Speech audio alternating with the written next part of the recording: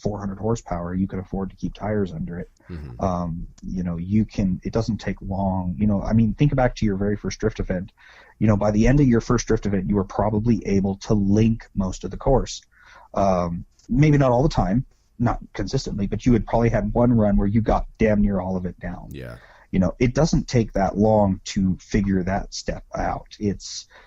The only downside I would say is that you never get enough time with any one facility to really figure out that super badass line where only that one fucking driver at the facility who just has, balls of tungsten is just rolling into. That's the only downside I would say to what we've done with the whole traveling deal. But with regard to learning to drive a different type of facility, there is a learning curve. There is. But how are you going to improve if you don't put yourself in an uncomfortable situation? Yeah, absolutely. And that's kind of, drifting. Like people ask, what is drifting? I say, well, you get in the car, you go down the front straight, you get to the first turn, you initiate an accident, and then you kind of just bat the accident between your two hands around the rest of the track. That's the best way I can, it's just like, it's a crash. You just somehow try and keep the crash. You just try to extend it a little further. Now, over the years, I've seen villains do a lot of events. That obviously, media is everywhere, and everybody wants to be a photographer or a videographer for drifting.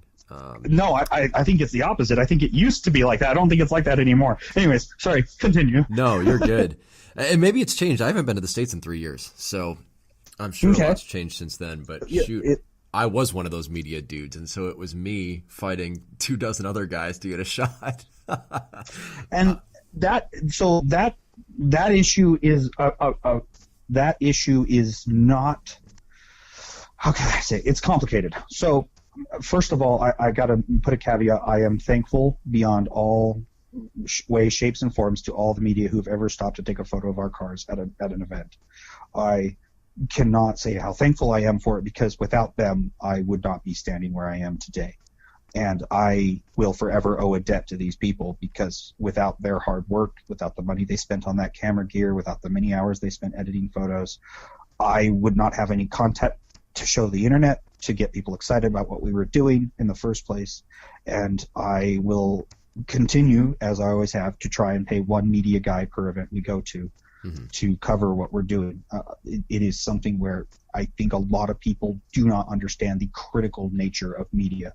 They are as important, if not more important, than many other factors of drifting, and that needs to be said, because at the end of the day, it does suck that there's a bunch of people out there trying to get that photo, but without them, who has anything to show for the time they invested or the money they invested? They can't show their family, they can't show their friends that they did a thing, And so I have to first be very thankful to media for that. Now, with regard to the dozen or so or 24 or so media vests that show up in pictures that you have to edit out because someone was standing right in your shot, there are solutions. The problem is most racetracks do not put any thought into it.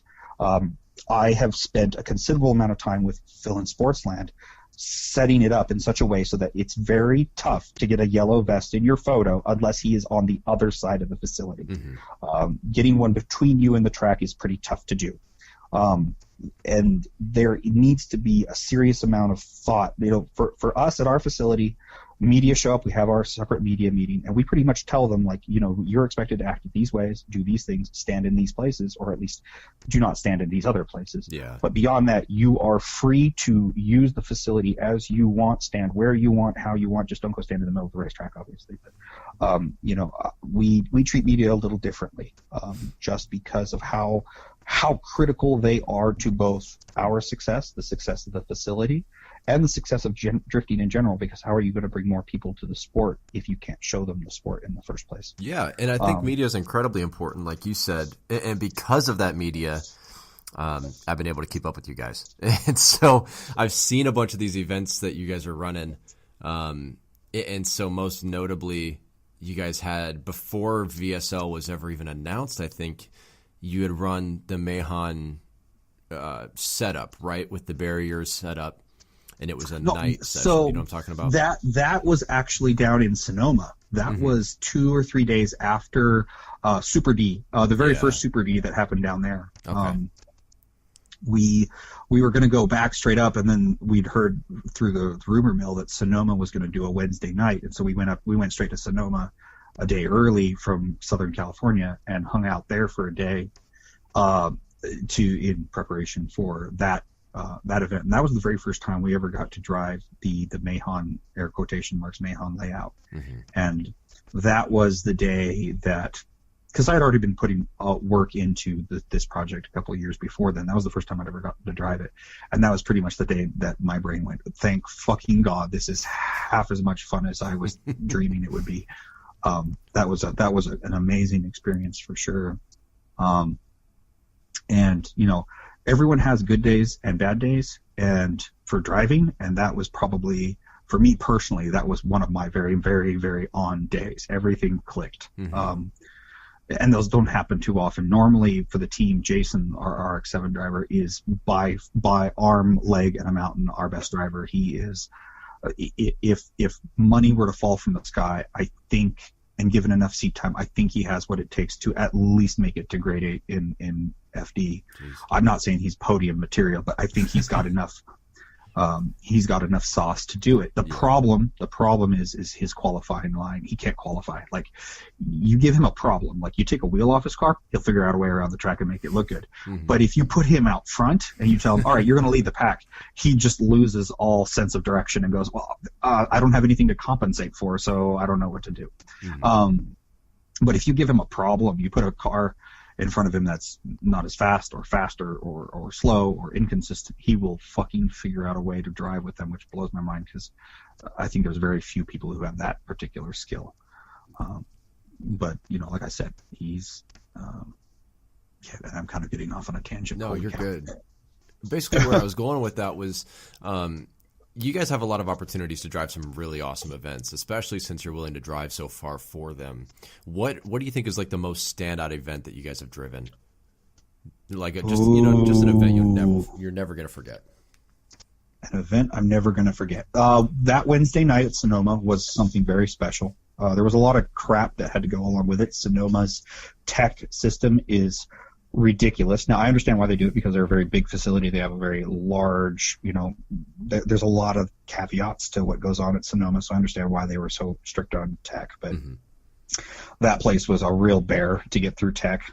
They take tech tests 3 different times by 3 different people for 3 different reasons. So we didn't even make it to the track until almost dark, like, which sucked.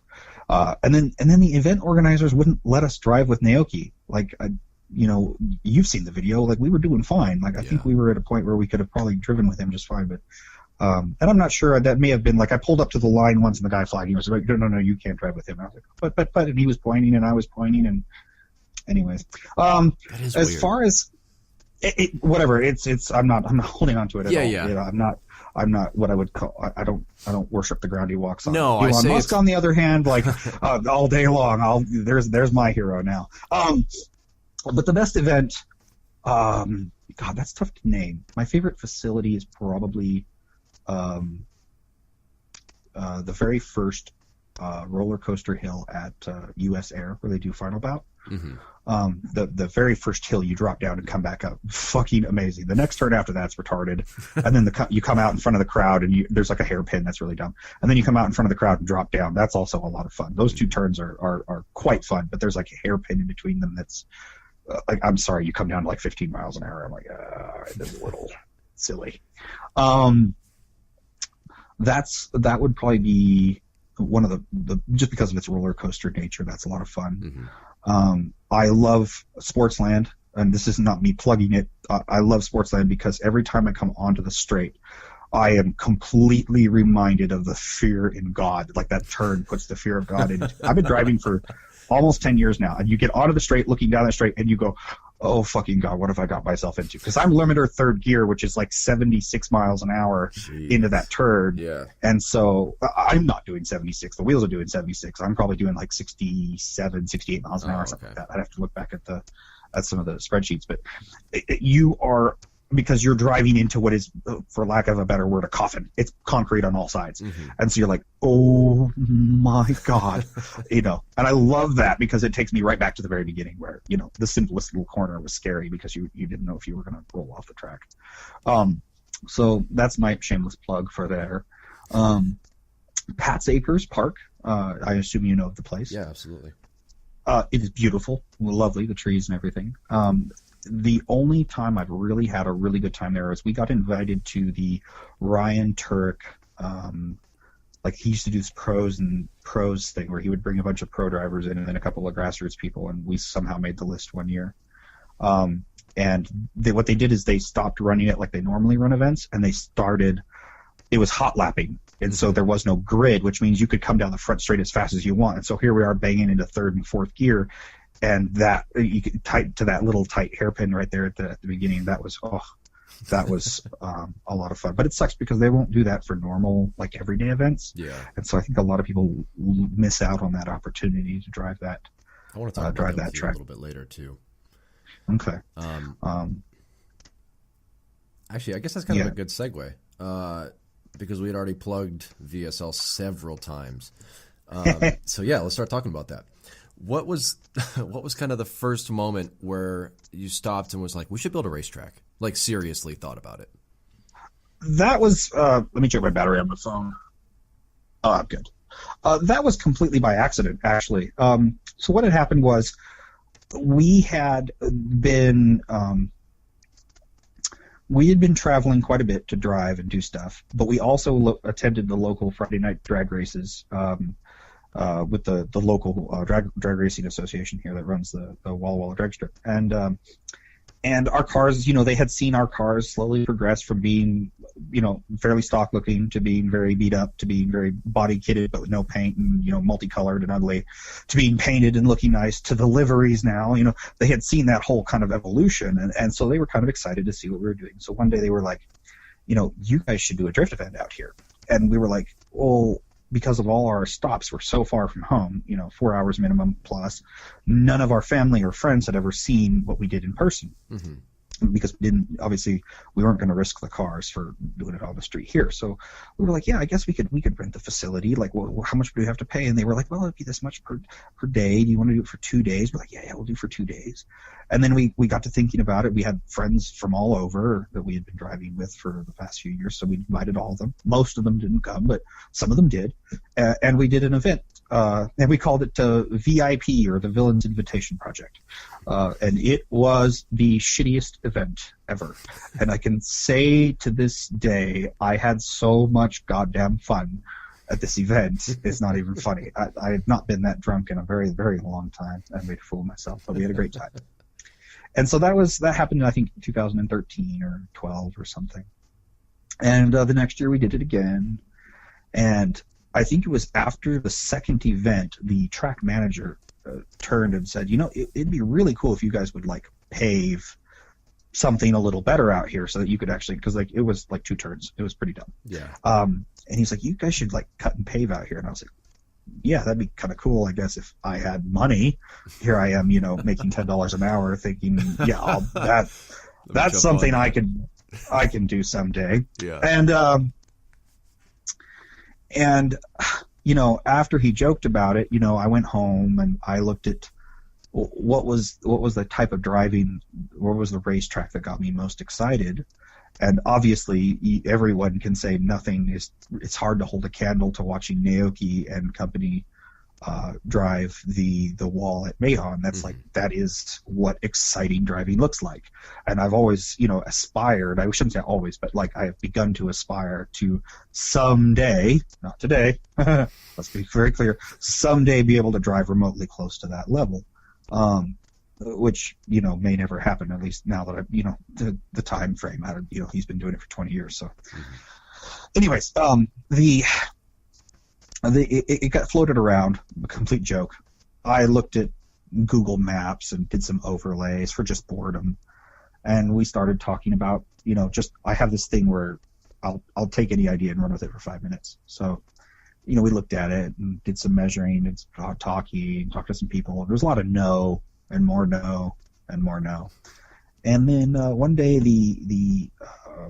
I out of sheer boredom went to one of the drag strip board meetings and said, hey, I want to build a racetrack on your racetrack. And they pretty much, in the politest way, told me to go fuck myself.